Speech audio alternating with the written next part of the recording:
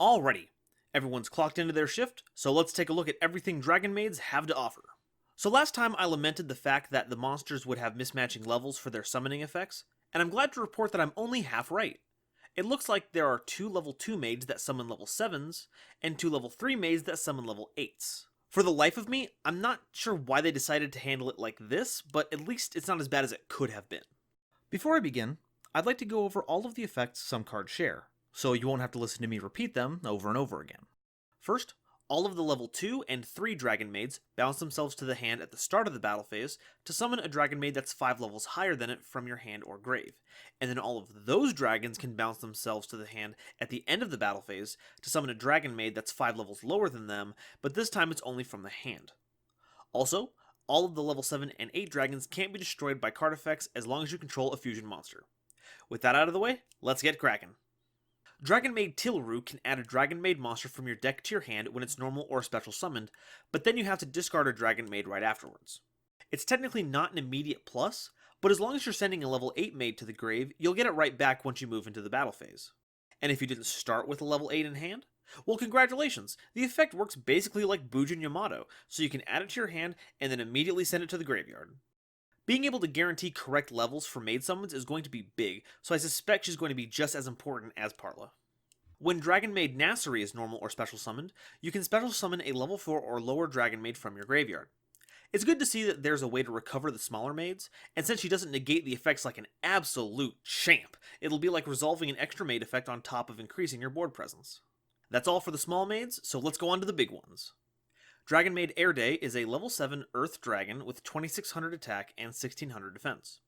As a quick effect, you can discard her to special summon a level 4 or lower maid from your hand. I'm loving this, because fielding multiple maids will help bring the beat down even more, but the quick effect also lets you be super tricky.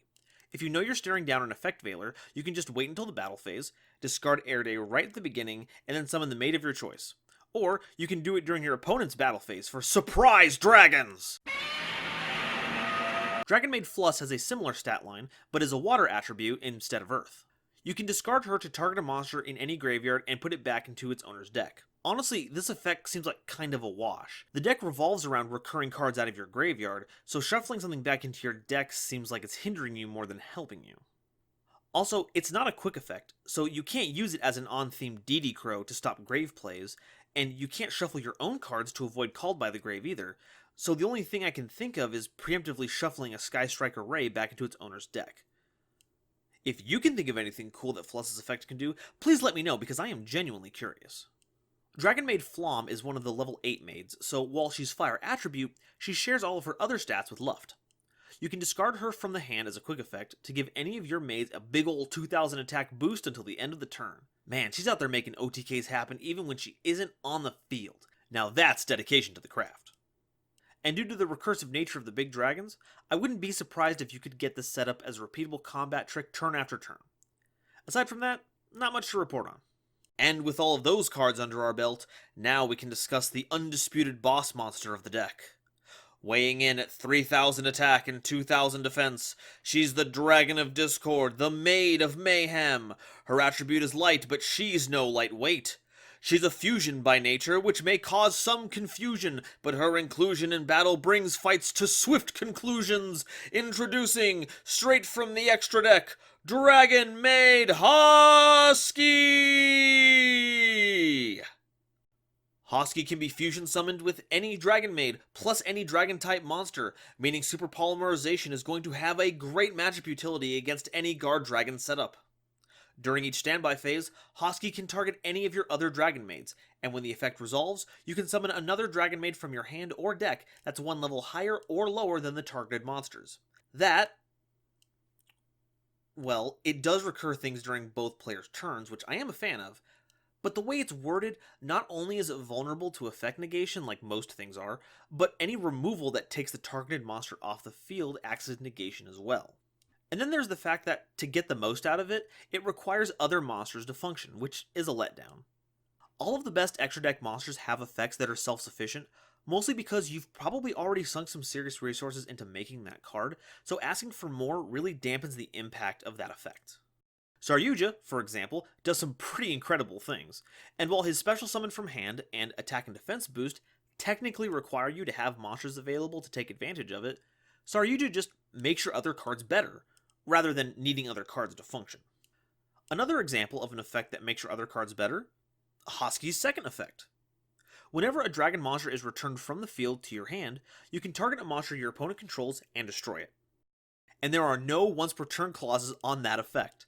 So if you manage to start your battle phase with 2 little maids and Hosky, and you bounce both of them for big dragons, Hosky is going to blast 2 monsters before you even start attacking. How's that for cleaning house? That does it for the monster lineup, so it's time to move on to the new spells. And since we just finished talking about a fusion monster, let's start with the theme's fusion spell, Dragon Maid Changing. The first effect lets you fusion summon for any dragon monster using materials from your hand or field. The second effect activates Engrave, with you targeting a Dragon Maid you control to start. Then, as an effect, you return Changing back to your hand, and if you do, the targeted Dragon Maid also goes back to your hand. Once again, we see this theme of recurring cards, and I am loving every second of it. You can potentially fusion summon twice in one turn, or you can grab it back after sending it to the grave with Parla or Laudry. But that's the best thing I can say about the card. After checking over all of the dragon fusions in the available card pool, the only other fusion that seems like it would be remotely played would be the Trishula fusion, but honestly it's kind of a stretch. I would say if you want to use other fusions, you're still better off trying to splash in another engine. Dragon Maid Reception is a continuous spell that gives all of your monsters 100 attack and defense for each Dragon Maid you control, but just ignore that for now, it's really just icing. The real effect is, if you control 2 or more maids, you can add any Dragon Maid card from your grave to your hand, except another copy of Reception. This means that, if you can pair Parla or Tilru with another maid, Reception turns the card that you yarded into a search. And if you summon either of those with Nassery, well, then you've already filled the requirements to activate Reception. And while the incremental card advantage is already pretty good, the last effect is what's going to get you your wins. If Reception is sent to the graveyard, for any reason, your maids can't be targeted by your opponent's card effects for the rest of the turn. And since this is a graveyard trigger, your opponent can't just use standard removal to stop the effect like most continuous spells. Not only can you yard it as discard cost for other effects, you can also just send it to the graveyard with Parla. So while it won't stop the likes of Ghost Ogre or Ash, popular counters like Effect Veiler and Infinite Impermanence will be useless to stop an OTK push. Lastly, we have a continuous trap card, Dragon Maid Relaxation. It's got 2 effects, but you have to choose one to use each turn, and this one does have a hard once per turn, so multiple copies unfortunately can't stack. For both effects, you'll need to start by targeting a Dragon Maid monster you control, and then on resolution, that monster will go back to your hand, and then you'll either be able to add a Dragon Maid card from your deck to your hand, or return a spell or trap your opponent controls to the hand. Now, it being a trap card certainly hurts its utility. If it's run at more than 1 copy per deck, I'd be shocked. But if it manages to stick, not only will you have a way to grab any card out of your deck or clear out some set back row that's worrying you, it's another layer of protection against hand traps and other removal effects. Using the effect to bounce the monsters back to hand will ensure that the effect will resolve and that they'll stay safe, though it does come at the tempo loss of having to give up the summoning effect of the monsters, so it does come with some drawbacks. I'm looking forward to seeing if the card's benefits can outweigh its drawbacks, but personally, I don't have high hopes. Which is kind of a downer way to end the analysis, but I suppose that's my point. I've been talking rather effusively about the archetype up until now, because I love thinking about the possibilities that sets of cards have. But once you have all the data, it's a good idea to take some time to also find out what it's lacking. This way, you can find ways to shore up the weaknesses and more effectively utilize the strengths. So, what are the upsides of playing Dragon Maids? You have a ton of cards that prioritize graveyard recursion.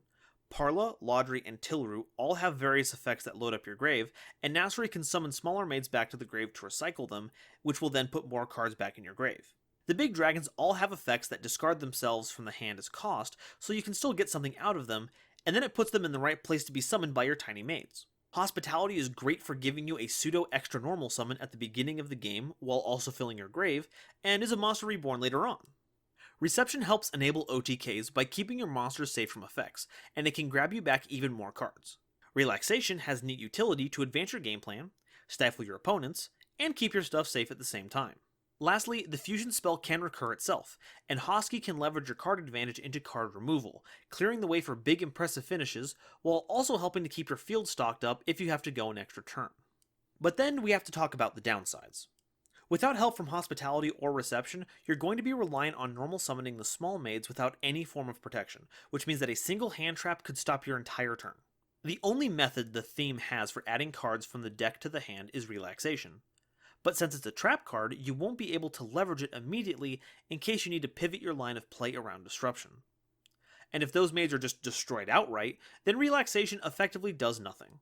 It is nice that the big dragons have discard effects, but their existence means that you'll have to fine-tune your ratios a whole bunch, otherwise you'll be the one getting OTK'd because you couldn't field any monsters. Also, since basically none of the monsters effectively float into other resources when they're destroyed, you aren't very resilient against having your resources taken away.